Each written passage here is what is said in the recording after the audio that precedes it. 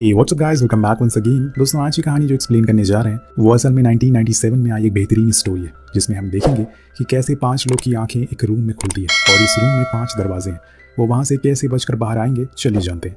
कहानी की शुरुआत में हम एक आदमी को देखते हैं जिसकी आंख खुलती है एक छोटे से रूम में जो किसी क्यूब की शेप में था। वो चारों ओर देखता है और वहाँ कुछ दरवाजे भी दिखाई देते हैं, जिसमें से एक खोलकर वो उसके अंदर चला जाता है। लेकिन तभी एक धारदार चीज आती है और अगले ही पल हम उसके शरीर के कई टुकड़े होते हुए देखते हैं। यानी कि आप ऐसे ही मुंह उठाकर किसी भी डोर के अंदर नहीं जा सकते। कुछ इस तरह से था इस कहानी का इंट्रो। अब हम आते हैं अपने मेन किरदार पर। सबसे पहले आता है क्विंटन, जो अब इस क्यूब में एंटर करता है तो उसे वहां पर डेविड नाम का आदमी बेहोश मिलता है। वो उसे उठाता है कि इतने में वहां पर एक गेट खुलता है जिसके अंदर से हैलोवीन नाम की बूढ़ी लेडी बाहर आती है। अब वो उसे मारने ही वाला होता है, लेकिन जब उसे पता चलता है कि वो भी उन्हीं के साथ है तो वो रुक जाता है। फिर एक और लड़की आती है और लास्ट में एक बूढ़ा आदमी जो थोड़ा होशियार लग रहा था। क्विंटन को सभी बताते हैं कि उसने शुरुआत में एक रूम में जाने की सोची, लेकिन वहां जाने पर उसका सर कटते कटते बचा।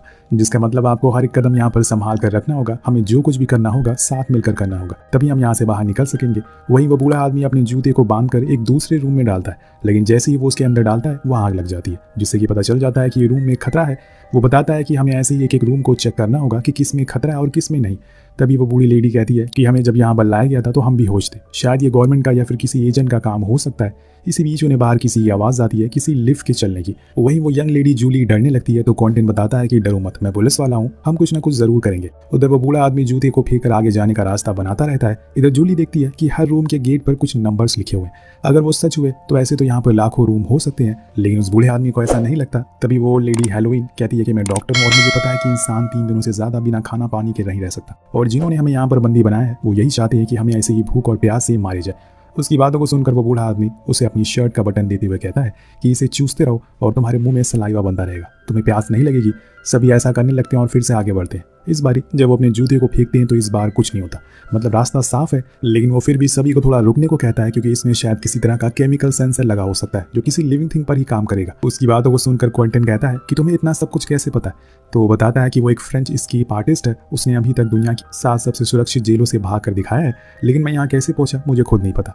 इस बारे में कुछ वो रूम को छोड़कर दूसरे रूम में चला जाता है जो सेफ लग रहा था, क्योंकि उस रूम में एक स्प्रे आता है जो कि सीधा उसकी आंख पर लगता है और उससे उसका पूरा मुंह जल जाता है। क्विंटन उसे फौरन बाहर लाता है, लेकिन इतनी दर्द की वजह से उसकी मौत हो जाती है। सभी ये देखकर हैरान थे, ऐसा कैसे हो सकता है। इसको तो सब कुछ पता था, यानी कि कुछ ऐसे सेंसर भी मौजूद हैं जो कि जूते पता नहीं लगा सकते, और ऐसे अगर हर रूम में जाएंगे तो ये मारे जाएंगे। पर आखिर ये कैसे पता लगाएंगे कि कौन सा क्यूब सेफ है। कुछ देर बीत जाने के बाद क्विंटन सभी से उनके काम के बारे में पूछता है कि वो क्या क्या करते हैं। तो सभी एक एक करके अपना प्रोफेशन बताने लगते हैं, जैसे कि डेविड एक एम्प्लॉय है, जूली एक मैथ स्टूडेंट है और हैलोवीन एक डॉक्टर है और क्विंटन एक पुलिस वाला। इतने में क्विंटन को एक आइडिया आता है। उन्होंने हर रूम के गेट पर किसी तरह का नंबर देखा है, शायद वो किसी तरह का क्लू हो सकता है, और इसीलिए वो जूली से उसे चेक करने को कहता है, क्योंकि वो काफी होशियार है और स्टूडेंट भी है। वो नोटिस करती है कि जिस रूम के नंबर प्राइम नंबर थे उसमें किसी तरह का ट्रैप लगा हुआ था, और जिस रूम के नंबर में प्राइम नहीं था वो सेफ था। जूली अपनी इस बात को सच साबित करने के लिए आगे बढ़ी और वो सफल हो जाती है। उसकी इस होशियारी को देखकर सभी बहुत हैरान थे, खासकर क्विंटन जो उसके साथ फ्लर्ट करता है। हालांकि उसके 2 बच्चे भी हैं, लेकिन वो फिर भी बाज नहीं आता। अब ये लोग ऐसे रूम में पहुंच जाते हैं जिसके हर गेट पर प्राइम नंबर था, यानी कि इसके आगे सभी रूम में ट्रैप है। जिस किसी ने भी इसको बनाया होगा वो इतना भी आसानी से इन लोगों को बाहर जाने तो नहीं देगा। 2 कदम इनसे आगे ही होगा वो, और वो इसीलिए उसने हर थोड़ी देर बाद कुछ नए क्लू बनाए जो उन्हें ढूंढने पड़ेंगे। उसके सभी रूम को चेक कर लिया गया है सिवाय ऊपर वाले डोर को छोड़कर। इसीलिए क्विंटन ऊपर चलता है, उसे भी खोलता है, और जिसमें से अचानक से कजन नाम का बंदा नीचे गिरता है। आते ही वो बार बार अपने सर को पटकना शुरू कर देता है। उसकी ऐसी हरकतों को देखकर हैलोवीन कहती है कि ये थोड़ा मेंटली डिस्टर्ब है, हमें इसको साथ में रखना चाहिए। लेकिन अब एक दिक्कत है, कजन ऊपर वाले रूम गेट तक चढ़ नहीं सकता, इसीलिए ये लोग एक रूम पीछे जाते हैं जहाँ पर जूली फिर से अपनी थ्योरी का इस्तेमाल करती है। क्विंटन रूम में जाता है, लेकिन तभी अचानक से उसके पास बहुत सारी लेजर आ जाती है जो उसे काटने वाली होती है कि इतने में वहां से बचकर बाहर आ जाता है। अब इससे ये तो साबित हो जाता है कि जूली के वो प्राइम नंबर वाली थ्योरी आगे काम नहीं आने वाली है। यहाँ क्विंटन के पैर पर हैलोवीन जल्दी से पट्टी करती है और उसकी हालत देखकर कजन जोर जोर से हंसना शुरू कर देता है, जिससे कि वो उस पर चिल्लाकर चुप करा देता है। यहाँ इतना सब कुछ हो गया था, लेकिन डेविड ने कुछ भी रिस्पॉन्स नहीं दिया था, इसीलिए क्विंटन को उस पर शक होता है, क्योंकि वो कुछ ज्यादा ही शांत है जब से यहाँ पर आया है। अब कुछ देर बाद ये लोग आराम करते हैं। उधर जूली लगातार उन नंबर को सॉल्व करने की कोशिश में लगी रहती है, पर यहाँ डेविड उसे देखकर हंसता रहता है, जिसको देखकर क्विंटन को गुस्सा आ जाता है और उन दोनों में लड़ाई होना शुरू हो जाती है। और ऐसे ही बहस करते समय डेविड के मुंह से निकल जाता है कि इस क्यूब के बाहर निकलने का कोई भी रास्ता नहीं है। यहाँ वो एक एक और चीज बताता है कि उसने इस क्यूब को डिजाइन किया, लेकिन सिर्फ बाहर से, उसे अंदर के बारे में कुछ भी पता नहीं है और ना ही ये पता है कि किसने इसे बनवाया। उसे तो सिर्फ कॉल पर बोला गया था और बनाने के बाद उसे पैसे दे दिए। ये सुनकर क्वांटन और भड़क जाता है और उसे मारने लगता है, लेकिन जूली आकर उसे रोकती है और उससे पूछती है कि बाहर के हिस्सों के बारे में तुम्हें जो भी जानकारी है मुझे बताओ। वो कहता है कि इस क्यूब के बाहरी हिस्से के कवर में एक जगह है जहाँ से बाहर निकला जा सकता है और ये पूरा डायमेंशन 434 फीट स्क्वायर का है। यहाँ जूली अंदाजा लगा लेती है कि एक रूम 14 फीट का है तो एक लाइन में भी 26 रूम हो सकते हैं और टोटल 17,000 से ज्यादा क्यूब हो सकते हैं। ये सुनकर हैलोवीन हैरान हो जाती है कि ऐसा कैसे हो सकता है, मतलब दोस्तों 17,000 क्यूब। इस काम को कोई सालों से कर रहा है तभी इतने क्यूब बन सकते हैं। उधर जूली उन सभी नंबर को जोड़कर उन्हें XYZ की तरह यूज करती है, जिसके एंड में उसे पता चलता है कि ये नंबर उनकी डायरेक्शन को बताते हैं और वो अभी इस समय उस बाहरी क्यूब के 7 रूम दूर है। जो सुनकर कॉन्टेन खुश होता है। सभी अपनी पुरानी टेक्निक का यूज करके आगे की ओर बढ़ते हैं और फिर एक रूम के डोर को खोलते हैं। अभी भी कजन चिल्लाई जा रहा था और उसकी आवाज को वो रूम डिटेक्ट कर लेता है और उसके ट्रैप ऑन हो जाते हैं, जिससे कॉन्टेन समझ जाता है कि उन्हें अगर इस रूम को पार करना है तो बिना किसी आवाज के करना होगा और यही एक रास्ता है उस बाहर के क्यूब तक पहुंचने के लिए। लेकिन वो कजन को साथ में ले जाने के लिए मना कर देता है, लेकिन हैलोवीन उसे ऐसा करने से मना करती है और वो उसके चुप रहने की जिम्मेदारी खुद ले रही थी क्योंकि वो उसे अकेला छोड़ नहीं सकती। इसलिए कॉन्टेन मान जाता और फिर सभी लोग एक एक करके नीचे जाते। सबसे पहले डेविड जो कि साइड में लटकते हुए उस डोर के रूम तक आ जाता है जो कि सेफ था। फिर जूली जाती है और फिर कजन, लेकिन वो अपना पैर एक लॉक में फंसा देता है और अब वो चिल्लाने ही वाला होता है कि तभी हैलोवीन आकर उसे शांत होने को कहती है। उसके पैर को छुड़ाकर उसे भी गेट तक पहुंचा देती है। आखिर में क्विंटन की बारी आती है। वो भी उस रूम तक आने लगता है, लेकिन तभी कजन चिल्ला देता है जिससे कि वो ट्रैप ऑन हो जाता है। वो सही समय पर क्यूब के अंदर आ जाता है, वरना उसके शरीर के टुकड़े हो जाते। पर अंदर आते ही उसके गुस्से की कोई ठिकाना नहीं था। वो कजन को बहुत मारता है क्योंकि उसकी वजह से उसकी आज जान जाने वाली थी, पर शुक्र है कि वो बच गया। अब फिर से वो एक दूसरे डोर को खोलते हैं जहाँ उन्हें पता चलता है कि वो बाहरी क्यूब तक तो आ गए हैं, लेकिन उस दूसरी दीवार तक जाने के बीच का गैप बहुत ज्यादा है। वो ऐसे जंप मार कर भी वहां नहीं जा सकते।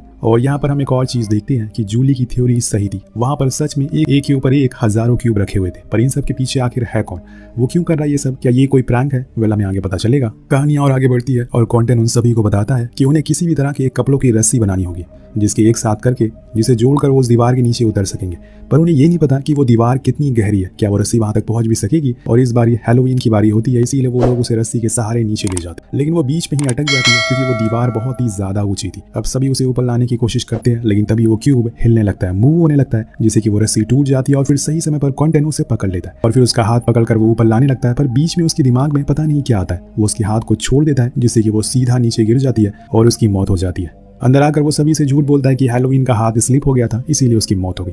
सभी बहुत ही ज्यादा सहम जाते हैं। उन्हें कुछ भी समझ नहीं आ रहा था कि अब वो क्या करे, कहाँ जाए। सभी सोने का डिसाइड करते हैं, पर यहाँ हम कॉन्टेन का अलग ही रूप देखते हैं। वो जूली को नींद में ही उठाकर दूसरे रूम में ले जाता है और वहां उसे कहता है कि वो दोनों ही इस जगह से बाहर निकलेंगे और किसी को कोई हक नहीं है यहाँ से बाहर जाने का। पर जूली नहीं मानती तो वो उसके साथ जबरदस्ती करने लगता है। उसकी आवाज को सुनकर वो दोनों भी उसके पास आ जाते हैं और कॉन्टेन को धक्का दे देते हैं। इस बात से कॉन्टेन को काफी गुस्सा आता है और वो डेविड को बुरी तरह से मारता है। और इन्हें बातों ही बातों में ये भी पता चल चुका था कि असल में उसने जानबूझकर हैलोवीन को मारा है। वो डेविड को इतना मारता है कि वो बेहोश हो जाता है, जिसके बाद वो उसे नीचे वाले रूम में फेंक देता है। नीचे गिरते उसे होश आ जाता है, पर वहाँ वो कुछ ऐसा देखता है जिससे कि वो जोर जोर से हंसना शुरू कर देता है। जब ये सभी नीचे जाते हैं तो देखते हैं कि उन्हें वहाँ वही बूढ़ा आदमी की लाश दिखती है जिसे कहानी की शुरुआत में एक स्प्रे से मारा गया था। यानी कि वो घूम फिर के उसी रूम में आ गए जहाँ से शुरुआत हुई थी, जो बात इनके लिए एक और सरदर्द बन चुकी है। ये देखकर सभी का दिमाग काम करना बंद कर देता है। जूली तो रोने लगती है क्योंकि ऐसे तो वो कभी बाहर निकल ही नहीं पाएंगे। तभी कॉन्टेन को याद आता है कि इस क्यूब के आसपास वो केमिकल वाला रूम भी होना चाहिए, मगर वो है ही नहीं।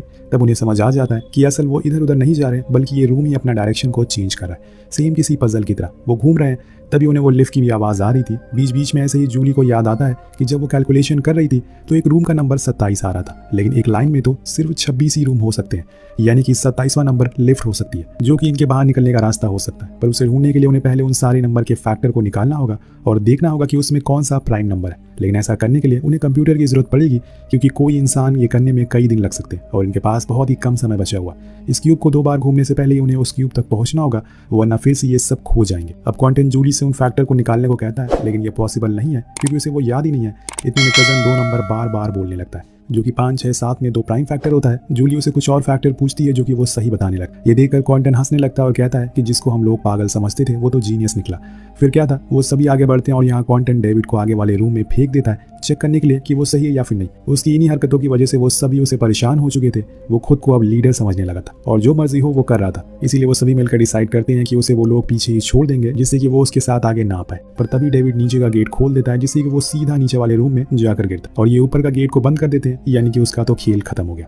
अब वो वहाँ बैठकर आराम से मैथ पढ़ सकता है। उधर ये लोग धीरे धीरे करके आगे की ओर बढ़ रहे थे और फाइनली उस रूम तक पहुंच जाते हैं जिसके गेट को खोलने पर इन्हें वो लिफ्ट दिखाई दे जाती है। अब उन्हें थोड़ी देर इंतजार करना पड़ेगा उस लिफ्ट वाले रूम में जाने के लिए, जो कुछ ही देर में आ जाता है। वो दोनों चले जाते हैं, लेकिन कज़न के जाने से पहले वो लिफ्ट चली जाती है, मतलब मूव हो जाती है। वो पीछे ही रह जाता है, पर वो ज़्यादा दूर नहीं गया था क्योंकि उसकी आवाज़ को ये लोग सुन सकते हैं। इसीलिए डेविड उसे ढूंढता है, उसके रूम तक पहुंच जाता है और वहीं लिफ्ट वाले रूम में जूली को अपना टूटा हुआ चश्मा दिखाई देता है, यानी कि वो उसी रूम में है जहाँ वो सबसे पहले आए थे। अगर वो यहीं पर रुके रहते तो बड़ी आसानी से एग्जिट कर सकते थे, लेकिन उन्हें पहले ये चीज़ कहाँ पता थी। वेल खैर, अब डेविड फिर से लिफ्ट वाले रूम के आने का इंतजार करता है और उसके आते ही वो उसमें कज़न को लेकर जूली के पास पहुंच जाता है। अब वो लोग उसके गेट को खोलते हैं जिसमें से तेज रोशनी आ रही थी, शायद यही उनकी आज़ादी का रास्ता है। सभी उसे देखकर बहुत खुश होते हैं, पर कज़न कहता है कि वो बाहर नहीं जाएगा क्योंकि वहाँ उसकी रिस्पेक्ट कोई नहीं करता, उसे मर ही जाना चाहिए, उसके लिए वही बेहतर है। जूली उसे समझाती है कि वो बहुत ही जीनियस है, उसकी बदौलत हम लोग यहाँ से बाहर निकल सके। लेकिन इतने में दोस्तों पीछे से कोई आकर जूली की पेट में सरिया घुसा देता है और ये कोई और नहीं बल्कि क्विंटन था।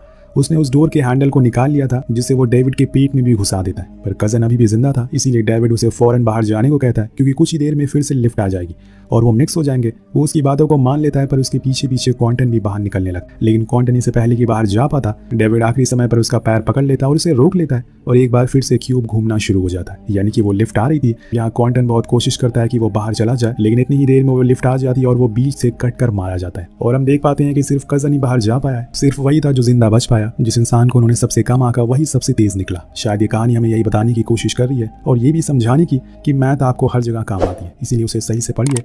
एक पुलिस वाले के पास इतना दिमाग नहीं था जितना कज़न जैसे पागल आदमी के पास था, तो हर जगह सिर्फ ताकत काम नहीं आती, कहीं ना कहीं दिमाग भी काम आता है। वेल इसी के साथ ये कहानी